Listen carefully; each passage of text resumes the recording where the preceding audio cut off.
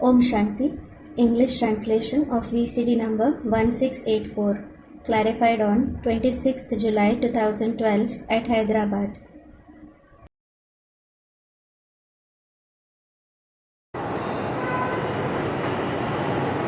कोई भी क्रोध करे, ईविल बातें बोले,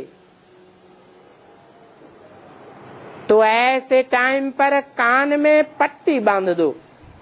If anyone becomes angry, speaks evil words, close your ears at such time. क्या करो? What should you do? Hear no evil. Hear no evil. कोई जवाब नहीं देना है। You shouldn't give any reply. Talk no evil. Talk no evil. परंतु इतनी ताकत तो कोई कोई विरले में होती है, जिनकी बुद्धि में ईश्वरीय ज्ञान समाया हुआ रहता है। But some rare ones who have the Ishwariya knowledge seated in their intellect have so much power. नहीं तो क्रोध वालों की शिकल तो जैसे टान ही हो जाती है। Otherwise, the face of those who become angry becomes red like copper. ये क्रोध का भूत है। This is the ghost of anger. फिर भी मेहनत कराते करते स्थापना तो हो ही जानी है। Still, establishment certainly has to take place by making efforts and enabling others to do the same. ऐसे भी हैं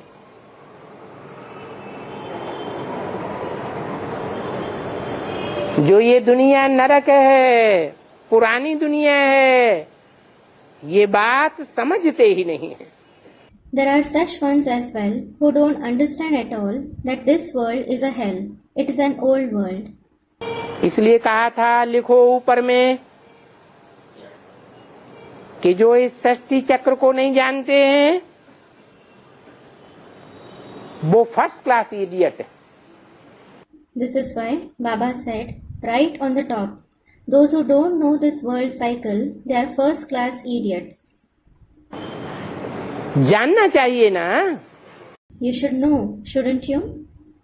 कि श्रेष्ठ ते श्रेष्ठ सतो प्रधान युग कौन सा है, Which the most elevated Satopradhan age is, और भ्रष्ट ते भ्रष्ट तमो प्रधान युग कौन सा है। and which the most corrupt Tamopradhan age is. नाम ही देते हैं सत्य युग। It is named Satyug, the golden age.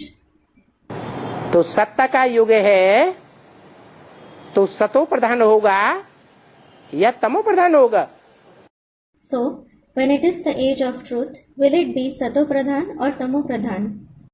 उसकी भेंट में कलयुग को कहेंगे तमो प्रधान।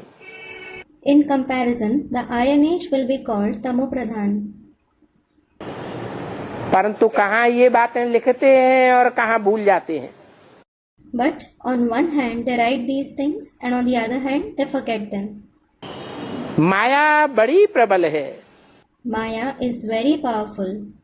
बाप भी कहते हैं The father also says, जब मैं आता हूँ तब अपना परिचय देता हूँ। when I come, it is then that I give my introduction. कब आता हूँ? When do I come? है 36 में आता हूँ या नहीं आता हूँ? Do I come in 1936 or not? है 36 में आता हूँ Do I come in 1936 कि नहीं आता हूँ? or don't I?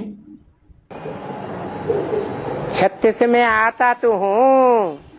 I do come in 1936. तीन मूर्तियों के रूप में आता हूँ, I come in the form of the three personalities. परंतु कोई भी जान नहीं सकते हैं। But no one can know me. जैसे गर्भ में बच्चा आता है Just like when a child enters the womb, तो कोई जान सकते हैं क्या? can anyone know that? नहीं जान सकते हैं। They can't. ऐसे ये भी ज्ञान गर्भ है। Similarly, this is also the womb of knowledge. फिर बच्चा जब बाहर आता है तो जाना जाता है. Then, when the child comes out, he is known to everyone. इसलिए बाप का प्रत्यक्षता वर्ष भी मनाया. This is why the year of the revelation of the Father was also celebrated. कौन सा वर्ष? Which year? सन 76. 1976. तो बाप के रूप में जब आते हैं तब अपना परिचय देते हैं. So, when the Father comes in the form of the Father, it is then that he gives his introduction. कहता हूँ मैं स्वर्ग की स्थापना करने आता हूँ. He says, I come to establish heaven. नाम क्या रखा? What is it named? जो स्थापना करने आता हूँ उस स्थापना का नाम क्या रखा? The thing that I come to establish, what is it named? स्वर्ग. Swarg, meaning heaven. कौन कौन से शब्द हैं? Which words does it consist? स्व और ग. Swa and Ga. स्व माने आत्मा, Swa means the soul, ग माने गया. and Ga means went. अर्थात आत्मिक स्थिति में गया तो स्वर्ग में गया.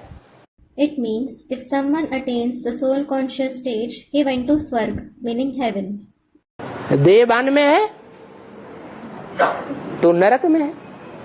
If he is body conscious, he is in hell.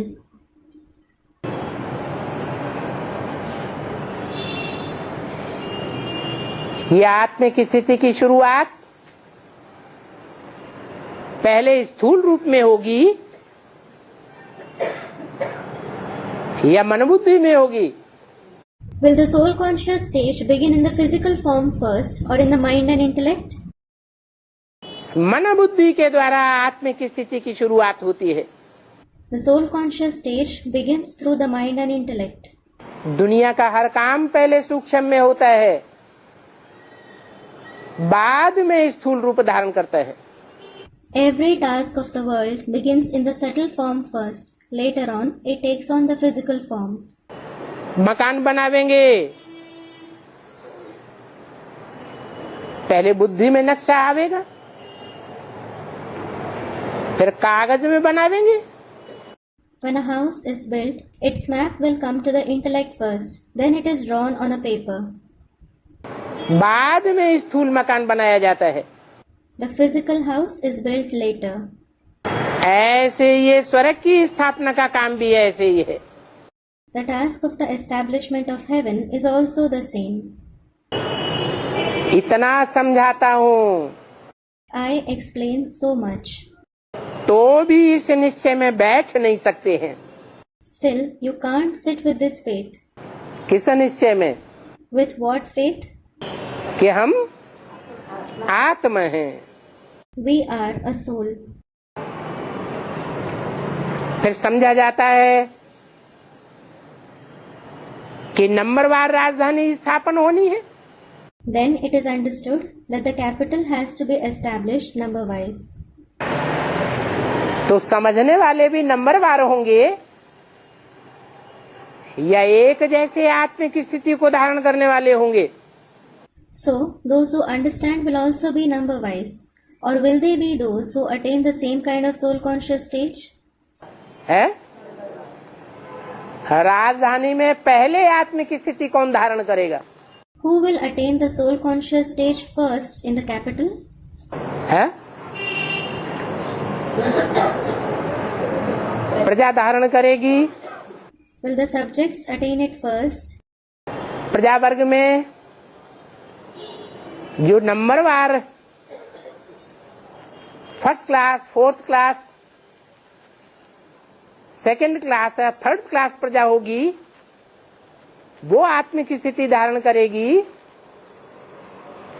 या राज परिवार के भांति आत्मिक स्थिति पहले धारण करेंगे? Will the number-wise subjects, the first class, the fourth class, the second class, or the third class subjects attain it? Or will the members of the royal family attain the soul-conscious stage first?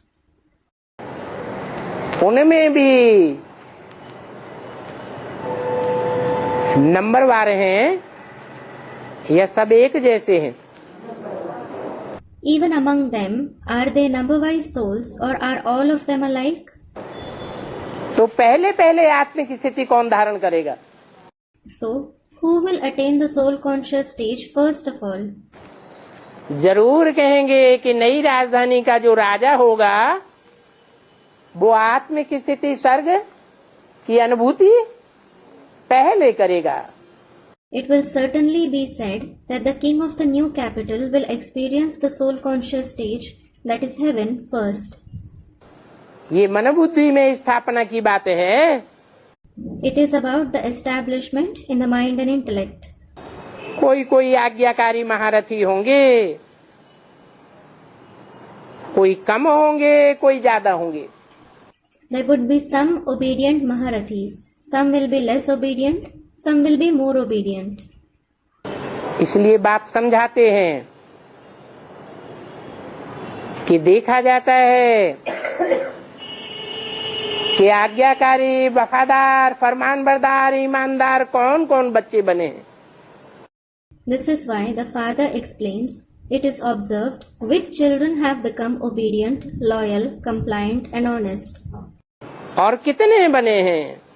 And how many have become that? ऐसी ऐसी चलन होती है ना। They have such behavior, don't they?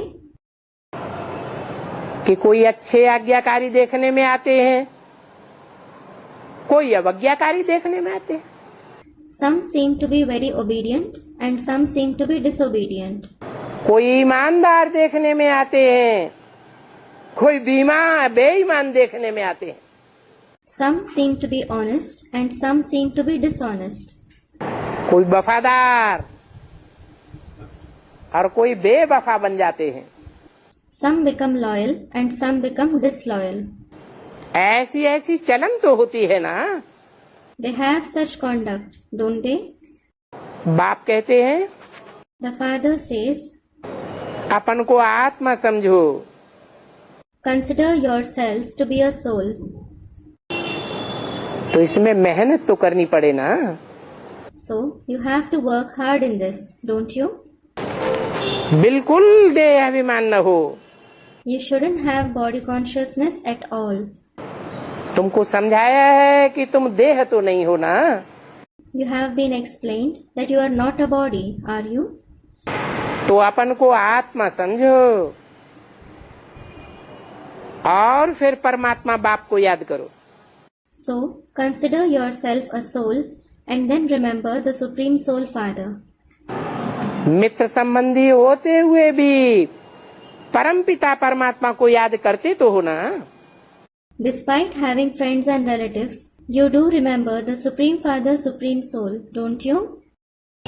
वो है परमात्मा। He is the Supreme Soul.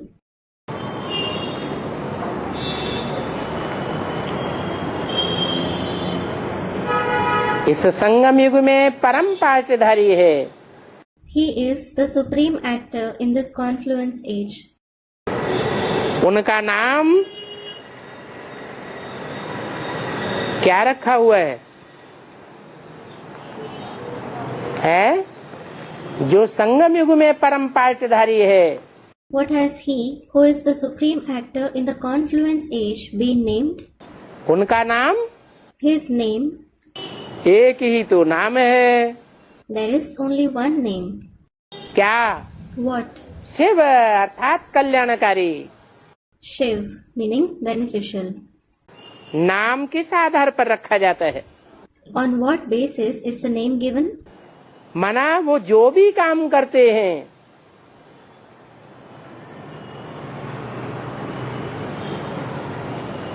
वो काम कैसा भी काम हो। It means whatever task he performs, no matter what kind of a task it is, इंद्रियों से ही काम किया जाता है। every task is performed only through the indriya. उसका रिजल्ट कल्याणकारी होगा या अकल्याणकारी होगा? Will its result be beneficial or harmful? कल्याणकारी ही होता है। It is only beneficial. तो अभी उन कल्याणकारी बाप की मत पर चलना है। So, now you have to follow the direction of that beneficial father. उस आत्मा का नाम शिव है। The name of that soul is Shiv. वो शिव जिस देह में प्रवेश करते हैं उस देहधारी का नाम शिव नहीं है। The body which Shiv enters, the name of that bodily being is not Shiv. समझ सकते हो You can understand कि बाबा आकर के कितनी तकलीफों से छुड़ाते हैं। that Baba comes and relieves us from so much trouble. कब की बात है? It is about which time? तकलीफों से छुड़ाना ये कब का गायन है? To relieve from troubles is about which time? मुसलमान भी कहते हैं कि जब कयामत होगी तो खुदा के बंदे बड़े मौज में रहेंगे। The Muslims also say the servants of God will be in great comfort at the time of destruction. क्या कयामत के समय में दुनिया में तकलीफें बरपा नहीं होंगी? Won't there be troubles in the world at the time of destruction? तकलीफें तो बहुत बरपा होंगी। There will in fact be a lot of troubles. मौत का चारों ओर बाजार खुल जाएगा। A market of death will be open everywhere. परंतु ऐसे टाइम पर भी But even at such time, जो बाप के बच्चे होंगे वो बड़े मौज में रहेंगे। the children of the Father will be in great comfort. क्यों? Why? है? नहीं, साक्षात्कार तो भक्तों को होते हैं। Student, they will have visions. No, it is the devotees who have visions. बाप के बच्चे तो ज्ञानी होते हैं। The children of the Father are knowledgeable. जो बाप के बच्चे बनकर रहेंगे उनको कोई भी तकलीफ महसूस नहीं होगी। Those who stay as the children of the Father, they won't experience any trouble. नहीं तो देखा जाता है दुनिया में कितना फालतू खर्चा होता है। Otherwise, it is seen that there is so much of waste expenditure in the world. खर्चा करते करते सभी पैसे खलास हो गए। While spending continuously, all the money is exhausted. भक्ति मार्ग में भक्ति करते करते भारत कंगाल हो गया। Bharat has become poor by doing bhakti in the path of bhakti. कर्जा ही मांगते रहते हैं। They keep asking only for loans. भिखमंगा भारत बन गया। Bharat has become a beggar. ज्ञान से आबादी हो जाती है। It becomes prosperous through knowledge. भक्ति मार्ग के अज्ञान से बर्बादी हो जाती है। Degradation takes place because of the ignorance of the path of bhakti. Padma पदम भाग्यशाली बनते हैं You become multi-million fold fortunate. और सदा सुहागिन बन जाते हैं। And you become a Suhagin forever. Suhagin means a woman whose husband is alive. और स्त्री सदा सुहागिन बनती है तो पुरुष तो अंडरस्टूड है ही। And when a woman is Suhagin forever, it is understood for a man. वो दोनों ही अमरपुरी में रहने वाले हैं। Both of them live in the Amarpuri. काल पर भी जीत पा जाते हैं। They also gain victory over death. और वहाँ नई दुनिया में तो काल होता ही नहीं है। And there isn't death there in the new world at all. वहाँ रुलाने वाला रावण ही नहीं होता। Ravan, who makes others cry, doesn't exist there at all. क्योंकि तुम सब फूल बन जाते हो। It is because all of you become flowers.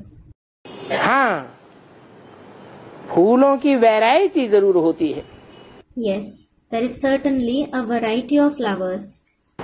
Delhi का मुगल गार्डन मशहूर है। The Mughal garden of Delhi is famous. तुम अहिंसक हो। You are non-violent. योग बल से अहिंसा परमो धर्म की स्थापना करते हो। You establish Ahimsa Parmo Dharm through Yog Bal. Ahimsa Parmo Dharm means non-violence is the highest religion. ये मुगल आदि तो सभी हिंसा करते रहते हैं। All these Mughals etc. keep committing violence.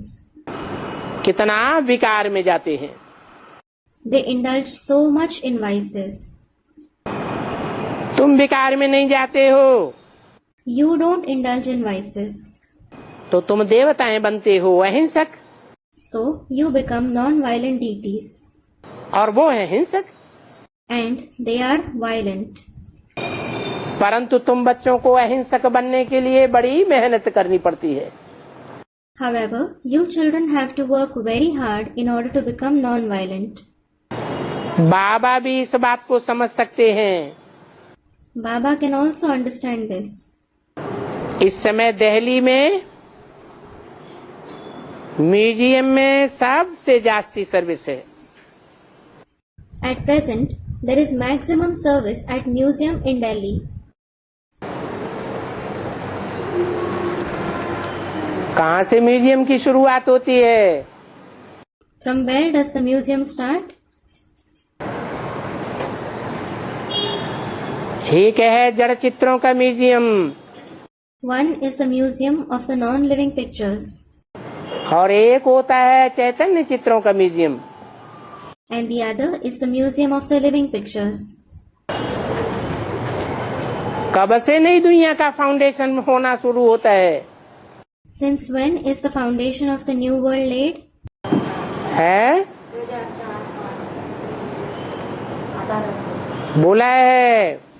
It has been said. नई दुनिया का फाउंडेशन जब पड़ता है तो उस नई दुनिया में तुम बच्चों का भी आना जाना होता है। When the foundation of the new world is laid, you children also visit that new world. इसलिए बाबा कहते हैं This is why Baba says, ये म्यूजियम और भी खोलो। open more of these museums.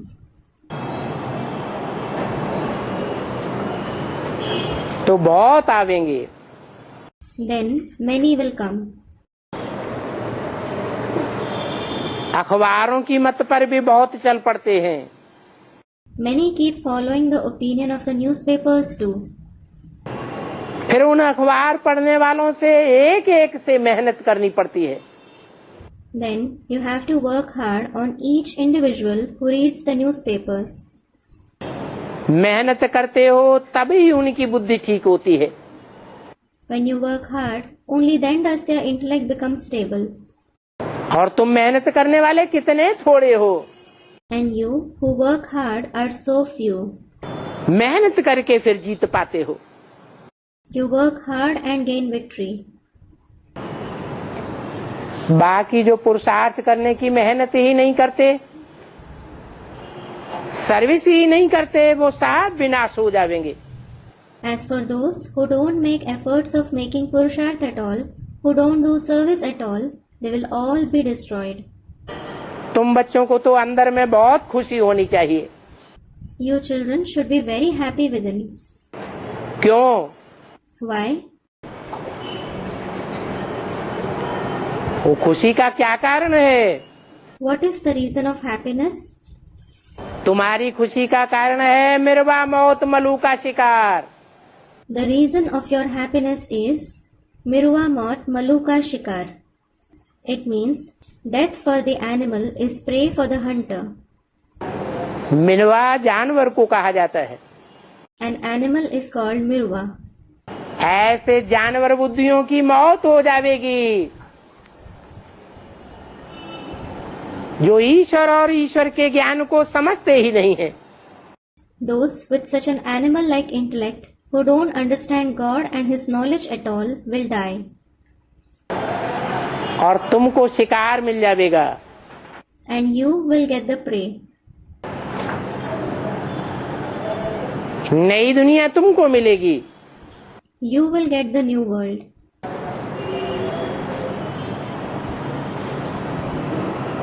और जिनको ऐसा शिकार मिलता है And those who get such a prey, वो तुम बच्चे कब हिलते नहीं हो।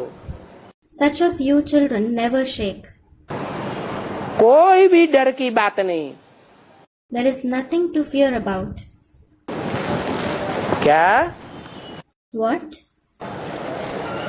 तुम्हारे शहर का नाम क्या है? What is the name of your city? हाँ? हैदराबाद। Hyderabad. Hyderabad.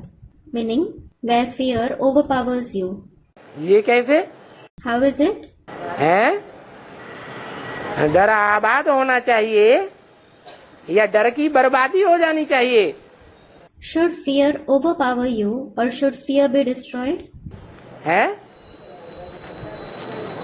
किनके लिए Hyderabad? Whom does fear overpower? है?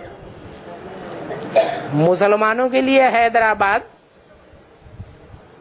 या तुम बच्चों के लिए Hyderabad? Does fear overpower the Muslims or you children? मुसलमानों के लिए Hyderabad. Fear overpowers the Muslims. तुम्हारा तो अखंड भारत स्थापन होना है। Your undivided Bharat has to be established. है? हाँ, भाग्यशाली हो ना। Student Bhagyanagar. Yes, you are fortunate, aren't you? Om Shanti.